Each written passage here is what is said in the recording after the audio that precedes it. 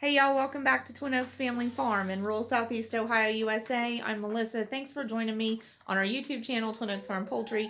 In this video, we are talking about our chickens' superpower. A little bit about our chicken superpower. We are in the hen house with the egg production flock, and it's February 24th, 2024.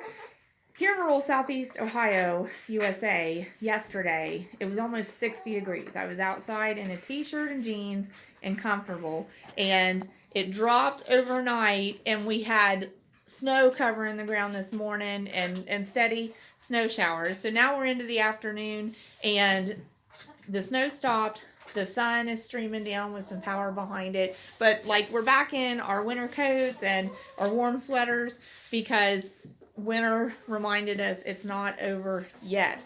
So wonder what it's like where you are. Let us know. But it's just crazy when it's almost 60 one day and the next day you've got snow on the ground and your road crews are out clearing snow off the roads in the morning. So all of that going on, and this time of year being a time of year that a lot of us included, will be getting chicks, really makes us pay attention to here the temperatures and the intensity of the lighting that our chickens are exposed to. So while we're talking about their superpower, that's something that I want to mention. And I'm not coming at this from the perspective that I'm an expert on it. I'm not, but I'll tell you, this topic fascinates me. And so whatever input you want to leave in comments there. We love the feedback we get from all of the people watching the videos. And in fact, that's our hope for this YouTube channel. We'll go ahead and start looking at the hens, but that's our hope for this YouTube channel, is that this is, a community of people, especially if you are poultry keeper or share your interests with us, but where we can share our experiences and learn from each other and hopefully, increase our own knowledge that we have about poultry keeping, all of us. So thanks for joining us. But what is a chicken's superpower? And so based on opinion, I guess there could be a lot of answers, but based on some fact, it's really cool to know that your chicken's superpower is their eyesight. Chicken's eyesight is really kind of fascinating. If you ever take time to research it, I just think it's fascinating. And so, like I said, not that I'm an expert on this, but when I start to like reading about it, I just want to keep reading about it. So, some of the things we've learned over the years about chickens' eyesight is that they can see more colors than humans can, and they can see more fluctuations in light than humans can. So they actually have a much better perception of what's around them than we do. And that has to do with the structure of the components of the eye, the cones in the eye. So that's what lets us see color and different wavelengths of light, I think. And so with chickens, they have more cones in their eyes than we do, and they have cones that can do different skill sets than what our eyes can do. So that's pretty fascinating. But that only applies in daylight. So when it comes to night, chickens don't see well at night. So their superpower of vision is a daytime thing, totally. And when it comes to nighttime, that's why they need protection, like a chicken coop or some kind of secure chicken house usually. Or even if it's some kind of underbrush that's dense and thick that they get into, or roosting into a high perch, in a tree or up high, because at night they're basically sitting ducks. They can't get away from a predator because they aren't going to see them coming. But during the daytime, you can't compete with them on eyesight. And they actually can recognize faces. It's believed that chickens can recognize probably up to 100 different faces, including other chickens, animals, people. So very, very perceptive visually in the daylight, in lighting. Even if it's the artificial lighting. So that's really interesting. Now, going along with that, have you ever noticed, and I'm sure you have, how as chickens are looking at something, they are constantly like bobbing their head, moving their heads, turning their heads, like they're trying to get an angle on something, you know? They take reading the room, they take reading the room to a whole nother level, right? They're always like angling, trying to turn their head, trying to see just right. Well, there's a couple reasons for that. So first of all, you know, they have tiny little heads, but their eyes actually take up about 10% of the mass of their heads.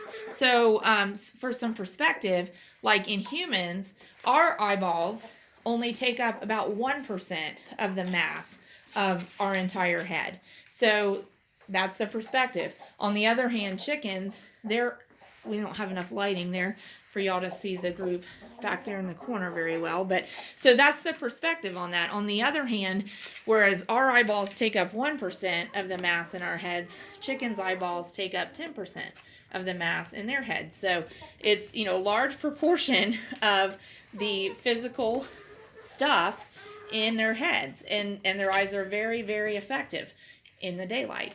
Now, the other reason, so that's one reason that they're constantly, you know, adjusting and taking in, because they have a big, powerful eye relative to the size of their head. So they're utilizing all of that they can, compared or put together with the ability in their eyes, having those cones that can see like, you know, UV light in a way that we can't. That also allows them to see a lot of fluctuations in light. So again, they're utilizing that large mass of eyeballs in their head relative to their size of their head to see as much as they can and take in as much visual information as they can. Now, the other thing, though, the other reason they tilt their heads and turn their heads a certain way, well, two more reasons, is for one thing, they don't have like range of motion to the extent that we do with their eyeballs, but so they're, you know, they're not moving their eyeballs around in the sockets like we are, but they are able to turn their head so much more. They actually have a 300-degree range of vision approximately, where we have like, I think, a 180-degree range of vision maybe. And then the other really cool thing, and we're going to use this to kind of wrap up their superpower. Also, I think we're losing battery on the recording device. The other cool thing about their eyes is as they're preparing to hatch and finishing incubating in the egg, whether that's under a broody hen or an incubator, one of their eyes develops farsightedness and one of their eyes develops nearsightedness, and that's normal for a chicken. So that basically allows, like, for example, one eye to be looking for hawks in the sky while the other eye is searching for a worm to eat on the ground or a bug on the ground. So that's really cool. That's normal for a chicken to have one eye that's farsighted, one eye that's nearsighted, and they develop that way because of how they are positioned in the egg, and that's natural for them. So I think that's really cool. So at any rate, then the reason this kind of complemented what we were thinking about yesterday with our video with the brooder lamps is because even in here, as you can see, we use a brooder lamp with a red bulb, and that's on all the time. Now this pen does not have an overhead lamp, so they never have an overhead lamp. They have natural sunlight coming in the windows, and they have the red bulb in the heat lamp. But we have to be mindful when we're using heat lamps that not only do the heat lamps provide supplemental heat, the heat lamps are also going to provide lighting. So we have to be mindful of how that lighting is impacting the ambient environment for our chickens and how it's impacting their productivity and the productivity goals that we have with those chickens. So we want to keep those things in mind.